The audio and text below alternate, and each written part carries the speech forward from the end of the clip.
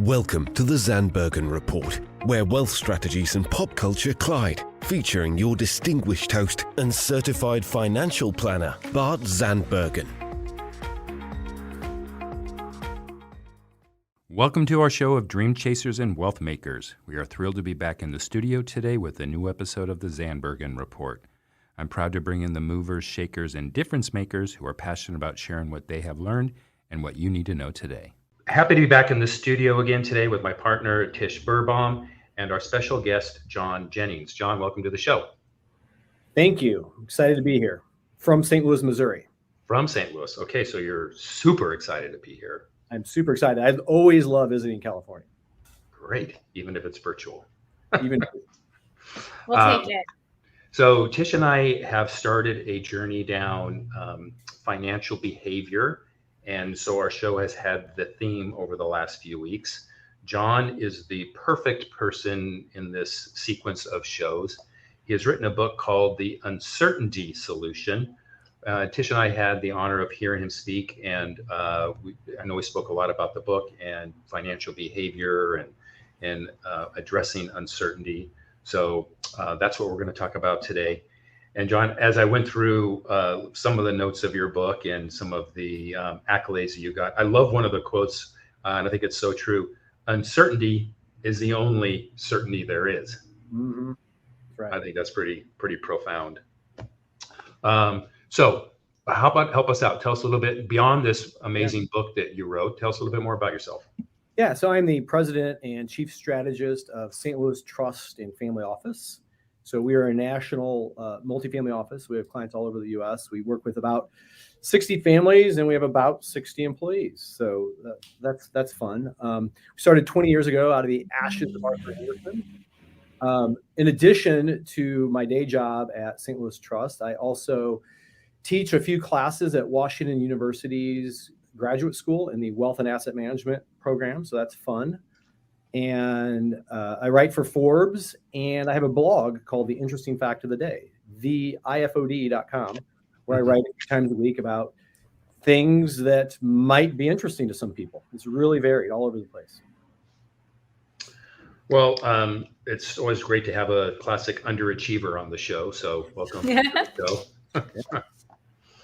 So, all right, so let's talk about where we are today. There seems to be some uncertainty in the lives of many.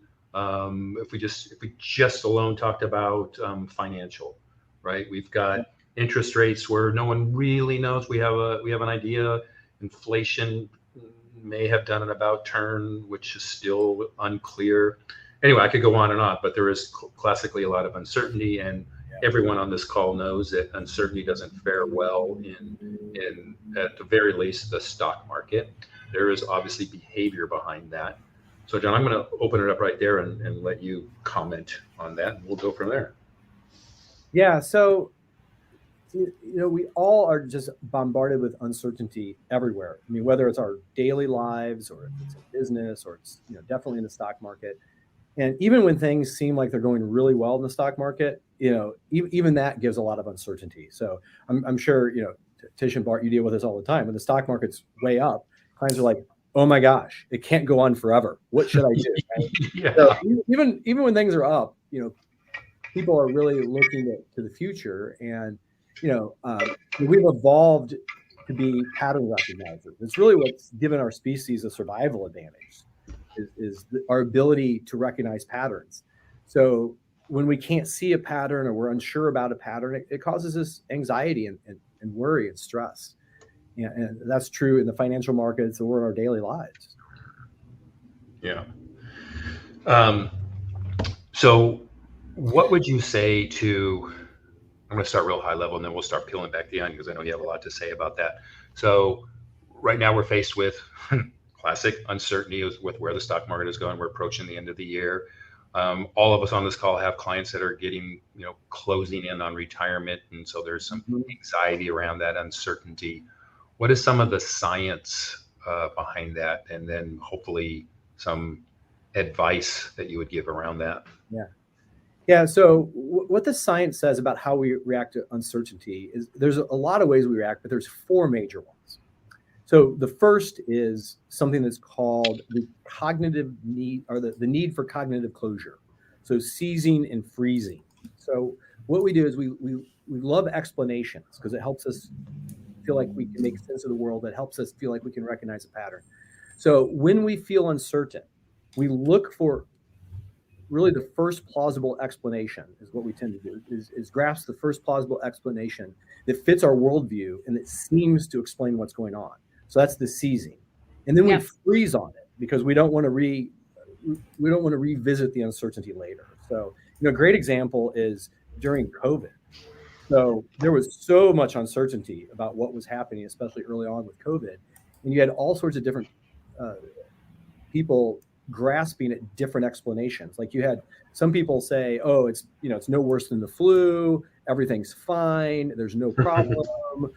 No need to mask. No need for vaccines. You had people on the other side saying, oh my gosh, this is horrible. It's like it's like the plague. The plague, yeah. Yeah, we shouldn't go anywhere, and we're going to wear a mask even in a car where we're traveling by ourselves. and you still see that, by the way, driving down the road. People are wearing their masks in their car. I saw it yesterday. I'm like, who are you masking against, right?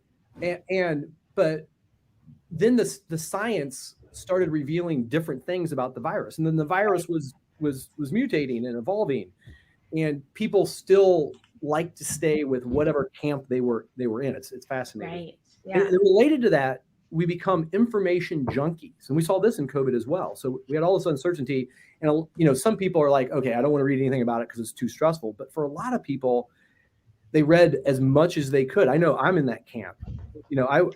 I started following on Twitter. Like if you look at my Twitter now, I follow all sorts of epidemiologists and infectious disease experts. Like, wow, and we become information junkies, and that makes sense for things that are unknown but can become known.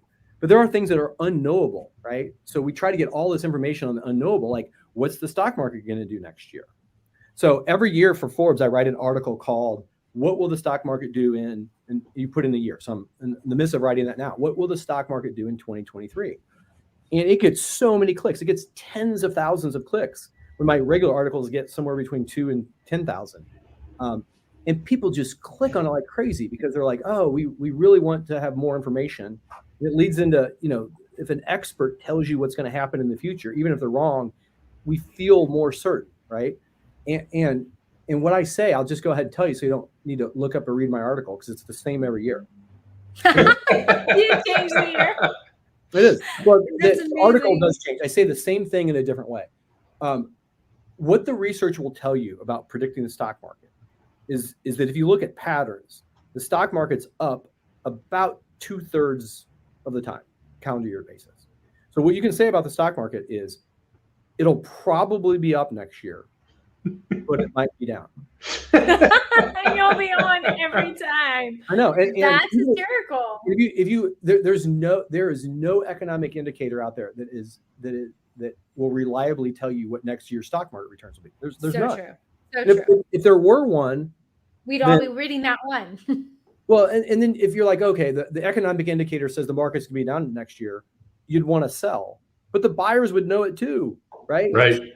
So we kind of destroy. And then the final thing that we really do when faced with uncertainty, there's more, but a big one is we associate with groups that think like we do.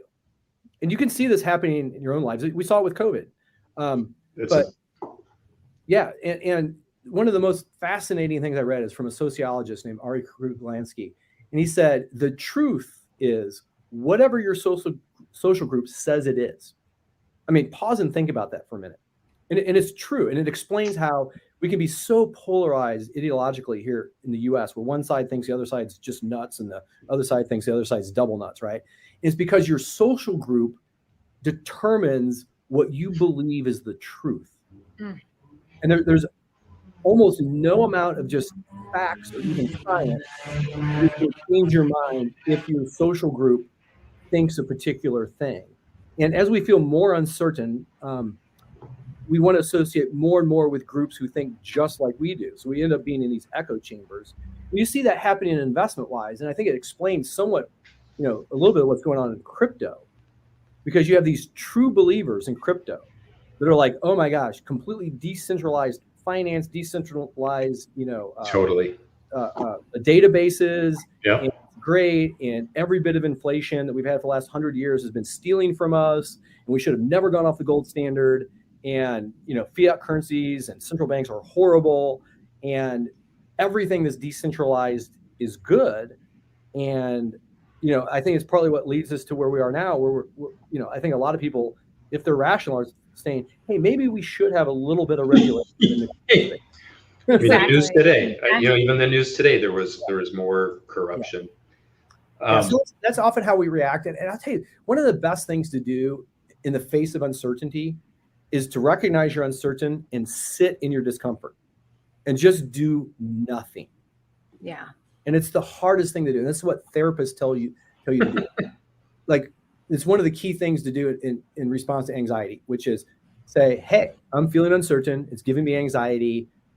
I'm gonna do breathing exercises. I'm going to do other things. I'm going to take a walk. I'm going to swim. I'm going to read a good book. I'm just not going to, I'm going to not going to act. I'm not going to act on it. I'm not going to act. I am not going to act. And I'm going to throw something out there that in your book that you haven't like fully launched, but you gave Bart and I the opportunity to kind of have like a sneak peek. You actually go into detail and share a lot of facts on your, in the first chapter, actually specifically on this. I thought it was super interesting. And you referenced that COVID. And so I thought that was great. And if people want to know more or learn more about how like the brain is thinking and wanting certainty, that's a great place to kind of go back and take a look. Yeah. And one of the things I found really helpful is actually a mantra that was created in the 1960s by a psychologist whose name was Dr. Claire Weeks. And it goes like this: face what you're feeling, accept it, then you float, which means you observe your feelings and your emotions from afar.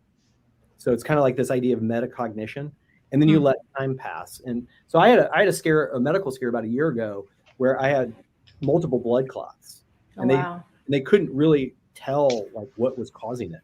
So they're like, maybe it's cancer. So they had me scheduled for like 10 days later to go do a CAT scan to see if it was certain types of cancer.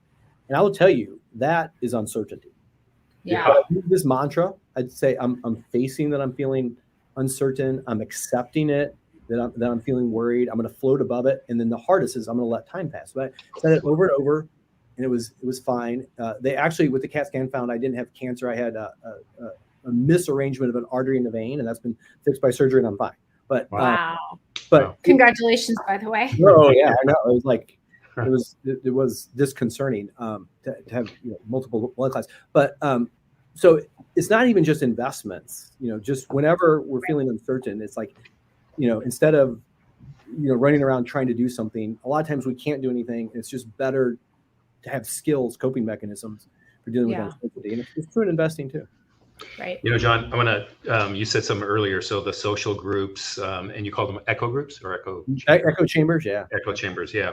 So Titia's heard me say this before. We've talked about this kind of thing. And one thing I've realized in life, and this was an observation and a realization about 10 years ago, and that is, what if I'm wrong? So I have a strong opinion on something, call it politics, religion, whatever it is.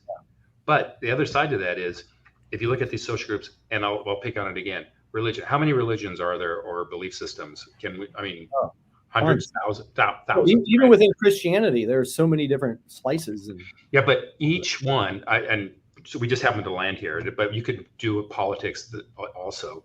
Each one of those different factions or religions, it's their way, the only way, that's the way. That's what they believe, right? Mm-hmm. And I got news for you. I don't care which one of those are, from Buddhist to any one of the Christian. You can't all be right. You're not. You can't all be right. One of you are, but you can't all be right. Yeah.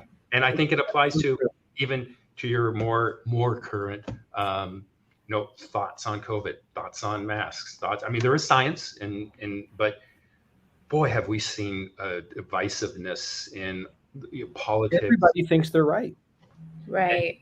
Everybody thinks they're right. And what I've found is really adopting that viewpoint has really helped me have, some understanding of people that think differently. They're in different groups than I am. And say, instead of trying to just pound facts at them, just realize they're in a different group. Unless I become part of their group and slowly nudge them. And even then, I mean, I'm not gonna change it. It explains a lot of what goes on with politics. How half the country thinks, or whatever percent thinks the election was stolen, the other say that it doesn't. I mean, I have my own personal views which side I'm on, but like if your entire social group says one thing, you're going to believe that. Right. Yeah, it becomes your life. Right. And I think, like you said earlier, right, we're information junkies. You subscribe to the same, let's call it like news channels or publications, and then that way you're, drinking more of the same information, and then more of the same facts of that. And so you're going back to that, okay, solving the need for the uncertainty. You're trying to justify that and make sure that your mind feels comfortable with the decision that you're making. Yeah, exactly. So, John, other than the mantra, which I've written down and will definitely practice, I like the float above it. That's my favorite one. Maybe very high level kind of flow through your book, and maybe how it would apply to investors today. Well, what I started, 12 or 13 years ago, is really going on this quest for investment wisdom. And it's because I was, I think I like a lot of people, I was stuck in that information junkie mode, and really drinking from the fire hose of, data and information. And what I found is that, I read just tons of books and white papers about investing, but other areas, including, psychology and behavior. I actually have, it sounds more impressive than it is, but I actually have a certificate in decision-making and behavioral finance from Harvard. Nice. It sounds awesome. In fact, my work as a joke got me a Harvard sweatshirt. My undergrad in law school was University of Missouri, so very public school. But it was 4 days.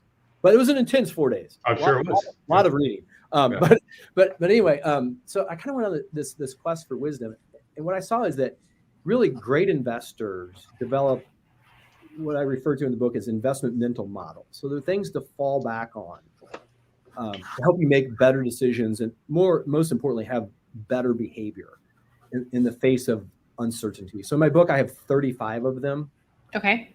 And really, that's really the book is centered around that. There's 10 chapters, but each chapter focuses on, a different, related sort of mental models. And it's really helped me researching this book over the last decade or so. And it's I think it's helped our advisors here. It's helped our clients. And I really wanted to share that more broadly, really kind of an express elevator, hopefully to wisdom. And I'll give you an example. And this is not one of the 35, but one of the most simple investment mental models out there is Warren Buffett's adage of be fearful when others are greedy and greedy when others are fearful. So right. Love that line. If you just followed that, you would be a pretty successful investor compared to, most people. It's simple, to understand. It's easy to understand, but it's not simple to follow. Behaviorally, it's very hard. And that's right. Really, the book is a lot of those things, is how to create this lattice work of mental models. And my book isn't really directed towards, I think professional advisors would like it and still, hopefully learn from it. But it's really directed towards the individual that is receiving investment advice. Yeah. Right? Oh, great. How to evaluate advice or how to make the advice work better, because, the most important thing in investing is behavior. It's just absolutely behavior. Everything else pales. I mean, what your allocation is and what investments you're in, really take a back seat to, are you practicing optimal behavior, which is usually hard. It usually means doing things that never feel good. It's really counterintuitive. At least it feels at the time. It totally is. So, yeah. And that would apply to, and Tish and I talked about this a couple of shows ago, it's published all over the place. Yeah. The investor psychology sine wave, right? It's at the peak of the wave when the market's at the highest, there's exuberance and this is great. I'm never going to lose money. And then, and that's when everyone buys, right? Not everyone, lots of people emotionally. And then when the sine wave gets to the bottom at despair, which maybe we're at now, we're close now, people are like, it's never going to get better. We can't buy. I'm going to move to crypto or cash. Yeah, and it's interesting. There was an economist, he died in 1996. His name was Hyman Minsky. And he became sort of famous in 2008, 2009 But basically, prior to Hyman Minsky, what the economics profession said, what orthodoxy was, is that really the economy seeks equilibrium. That it gets knocked off course by mainly external events. So like, the 1970s, you had you had the energy crisis, and you have some different things that will knock the economy off course. And what Hyman said is, he goes, that doesn't adequately explain most recessions. Really what happens is the economy during times of stability causes behaviors of individuals and businesses that generate the seeds of its own destruction. So we can summarize his views as stability creates instability, right? So if you back out, so the paradoxical notion of this, if you back out and look at a long-term perspective, the time of the greatest financial risk is when everything is going great, because that is when the instability is being created, even though a lot of people can't see it. Right. When things are not stable is the point of maximum financial opportunity. And that makes sense. It makes total sense. So Hyman Minsky died, 3 years before the dot-com crash, which again wasn't caused by an external shock. It was just, it was like what Adam Smith would call it, animal spirits, right? And then you had the financial crisis, which wasn't caused by external shocks. Now, the drop in 2020 and that recession was caused by COVID. So that was an external shock. So it's not that external shocks don't matter. It just doesn't explain all the times that we have recessions or drops in the economy. So Hyman Minsky is now listed as, pretty much every list as one of the greatest economists of all time, but he didn't get to live to see it. Wow. What are you telling your clients today? Well, really what we are telling our clients today really goes back to what we have been telling them when things felt better, which is first and foremost, have a margin of safety. And I'll tell you, 0809, probably the biggest lesson we took was that our clients didn't have a big enough margin of safety. And that made good behavior more challenging, both for them and for us. So after 0809, and just to tell you the demographic we work with, we mainly work in the $100 to $500 million client range. So it's a bit different than, people that are just merely wealthy. I mean, these are like the super wealthy. So it affects things a bit, what we say. But we have advised our clients since the financial crisis to have at least a year of planned portfolio withdrawals in cash. And for a lot of clients, 2 to 3 years, and then very near to cash. And then we've kept a decent amount of bonds, which hasn't helped in 2022, by the way, obviously, since bonds have dropped.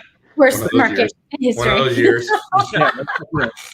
It happens. And we knew this could happen. You take, if interest rates jump and you multiply that by the duration and you have no real, yield to offset the decline, it happens. Right. So it's just a really bummer that we can't be rebalancing, more back into stocks. But really the number one thing is to say, have a big enough margin of safety. And then we would, periodically, especially when things seemed really frothy, is we'd have these meetings where we would talk about, what are you going to do when the market's down 30% or 40 or 50%? Like, let's role play that. Wait, he'll pause for a second. I'm pausing you. So you would do this when the market was good, like 2021, you were like, hey, that was part of your everyday meeting, you would have that conversation. Yeah, not everyday meeting, but yeah, periodically we'd say, we talk as a firm, like our principals, and we'd say, got it. Okay. At this next coming meeting, let's talk about behavior and let's make sure, like almost like role player, like athletes do when they're, thinking about their performance. What are we going to do? How are we going to behave? And also really pound on the table of making a hard decision of we're gonna take some gains, pay some taxes, and add to our cash when things look really really good. Yeah. Because we want you to be able to be good behaviorally. I'll tell you, with rare exceptions, our clients have done pretty well during all of this, and I think it's because of the margin of safety. And again, like not every investor has that luxury. I mean, sometimes if you're like, okay, I'm mass affluent, I guess I call them, I'm wealthy, but I'm worried about retirement. I need to make a certain amount of return. It may not be as easy to say I'm going to keep a bunch of in cash and even bonds. So it can be hard to do. But I think again the key to all this is behavior. Yeah. And really sticking the course is all about discipline. And I'll tell you, we don't do tactical shifts. We don't advise our clients to do tactical shifts. We're not big into hedge funds. We're very focused on fees and taxes. We do like private equity and venture capital and private real estate, but we do a ton of indexing. So even when we're dealing with a mainly 100 million and up crowd in the public markets, we do a lot of indexing, a lot of tax managed indexing. We do boring muni bonds and we do cash, and we focus on, fees, taxes, and behavior is really the big. Yeah. Yeah, I think you hit something. I know you hit something that Tish and I include as well. And so we create a family index. Our clients go through a holistic financial plan. That family index is, hey, what return? What is our goal return that will ensure that you have a wonderful financial independence or retirement? And we have had some clients where it's like 4%. That's all. Right. And if and we've used this as an example because that same client would come in like, hey, I really want to get more aggressive and let's get 10, 15%. Like, okay, but why risk that when we've clearly shown that with 4%, of which that's a significantly less risk profile. So that's number one. And then number two, this is our common phrase these days is trust the plan, trust the strategy. So to your point too, is we're not, I'm not gonna say we weren't tactical. We've made a couple little tactical shifts that I think were well placed, but by and large, it's very procedural and it's very plan driven. It's time to rebalance. Hey, guess what? Your real estate funds did great. Let's shave off some of the gains. Absolutely. Guess what didn't do so good? Your stocks or equities rather. Let's make sure that. So it's classic, but. And it can be painful. Like we've been adding international for years. As internationals continue to underperform. Right. Like, come on, international. International has actually done great this year in local currency. Local currency. Right. Local currency. That's a good phrase. US dollar is. Well, I'll tell you, I'm really glad to hear you say that. We've had quite a bit of many discussions. Discussions about international. So we're not the only ones then. Yeah, absolutely. Something interesting to add is, I also contribute to Forbes, and the ones that I get quoted on most when they call and interview and ask questions is about cash flow. And a lot of times it has to do with business operations and projections of how to make sure that they're staying on track and making sure that they're good to go.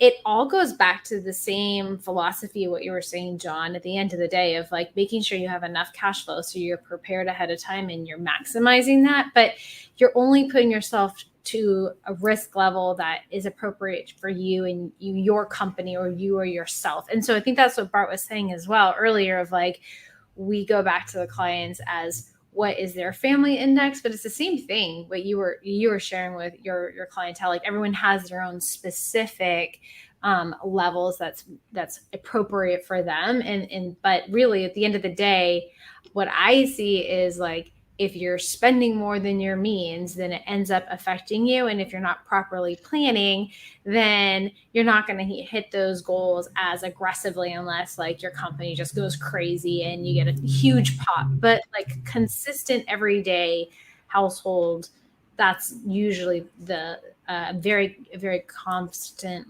recommendation, just making sure that, like you said, they're not overspending, they have enough cash to be able to cover what they need, they have the safety in play, and then they're taking on the appropriate amount of risk.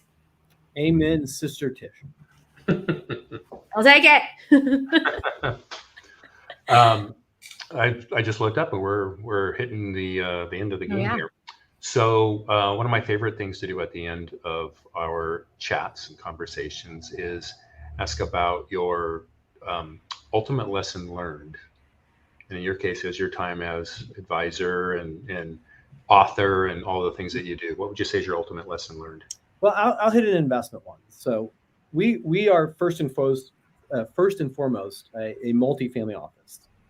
And so what that means is, and kind of at the level of wealth that we're dealing with, it doesn't make sense for a lot of our clients to be on like one platform. So like we when it comes to like public, stocks and bonds, we mainly custody at Schwab, but we have all sorts of clients that are like, oh, I want to keep, X dollars with my, golf buddy at Morgan Stanley and, Goldman Sachs and Merrill Lynch and Bank of America, Northern Trust and Bessemer and all these. And we're great with that. So we do a lot of flat fees, and we're like, yeah, we'll download, we'll report on it. We will oversee it. We will strategize. We'll wrap it into how we're investing. But as a result, we download every night from over 70 broker dealers, 70 custodians. Wow. And the vast majority of these are actual managed portfolios of other firms. And I will tell you that we get to see not just what investment firms say they do, we get to see what they really do. Like, we're under the hood. Right. My conclusion after doing this for 20 plus years and getting to see under the hood is the following: there is no secret sauce. That's great. There's a lot of people selling secret sauce. Secret sauce. Yep. And that's not to say there aren't investments that do great. I'm not just saying everything's average, but when you average it out, it's like this whole concept. Years ago there was this paper that basically said, all the outperforming, active managers have what's called high active share, and it really is kind of saying that they have the lowest, R squared to the index, or the lowest relatability to the index. So they're the most, different. And so people are like, oh, you got to go like totally concentrated and active. And it's true. Those are the highest performing active managers, but they're also the lowest performing high active, right? Yeah. So what you end up having is you have this industry, first of all, that first and foremost wants to pay and feed itself, that feels like it needs to justify itself by bringing managers or strategies or this or that. Even if it's ETFs, we're going to bring you, ETFs that focus on this, that, or the other, and we're going to shift around. But that at the end of the day, tend to average themselves out. Like if there was a secret sauce and it was known, then everybody would do it and it would go away. That's right. It's a little bit like secret anymore. Yeah, it's a little bit like the hedge fund industry. So like in this professor at Duke's business school looked in, the early 2000s, and he determined that there was about $30 billion of alpha or outperformance available in hedge funds. And that equated to about a 10 or 11% outperformance a year, because there was about $300 billion in hedge funds. But then what happened is everybody's like, oh my gosh, look at these hedge funds outperforming. Money plowed into hedge funds. The industry ballooned from 300 million to 3 trillion in the course of about 5 years. And the alpha turned hugely negative. That is what happened. So you can't have these areas where it's like, okay, there is this pattern. We see it. We can take advantage of it. The markets aren't, completely efficient. Great. But then by the time everybody plows in, it sinks the boat, right? So, that's what we see a lot of, and investors coming in after the money's been made, and then there's no secret sauce. So that is it. There is no secret sauce. I love it. Or if there is some, you can't get it until it's spoiled. It's no longer good. So funny. John, how can other than ifod.com, how can people reach you, find your book? Yeah, it's actually theifod.com. I think I have 2 URLs for my book. The first is just my name, John M as in Michael, Jennings.com, and also uncertaintysolution.com. But yeah, my contact information is in there. Feel free to email me or text me or what have you. There's a pre-order for my book.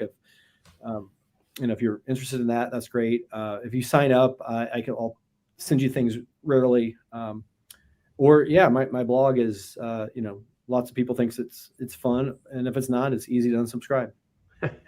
That's great. Well, we really appreciate you taking the time. This was a great conversation, and I know it's going to be well received. Sure. Yeah. All right. I want to thank everyone who was tuned in. We look forward to being in studio again next week. Cheers. Tune in next week for the latest edition of the Zandbergen Report, Tuesdays at 2 p.m. Catch up on our recent shows by visiting podcast.bartzandbergen.com. The Zandbergen Report is also available on iTunes, iHeartRadio and Spotify. Interested in being a featured guest on our show or have a question you'd like to hear us answer? Email podcast@bartzandbergen.com. The contents of this podcast episode do not constitute an offer of securities or a solicitation of an offer to buy securities and may not be relied upon in making an investment decision related to any investment offering Access Wealth Management LLC, an SEC-registered investment advisor. Access does not warrant the accuracy or completeness of the information contained herein. Opinions are our current opinions and are subject to change without notice. Prices, quotes, rates are subject to change without notice. Generally, investments are not FDIC insured, not bank guaranteed, and may lose value.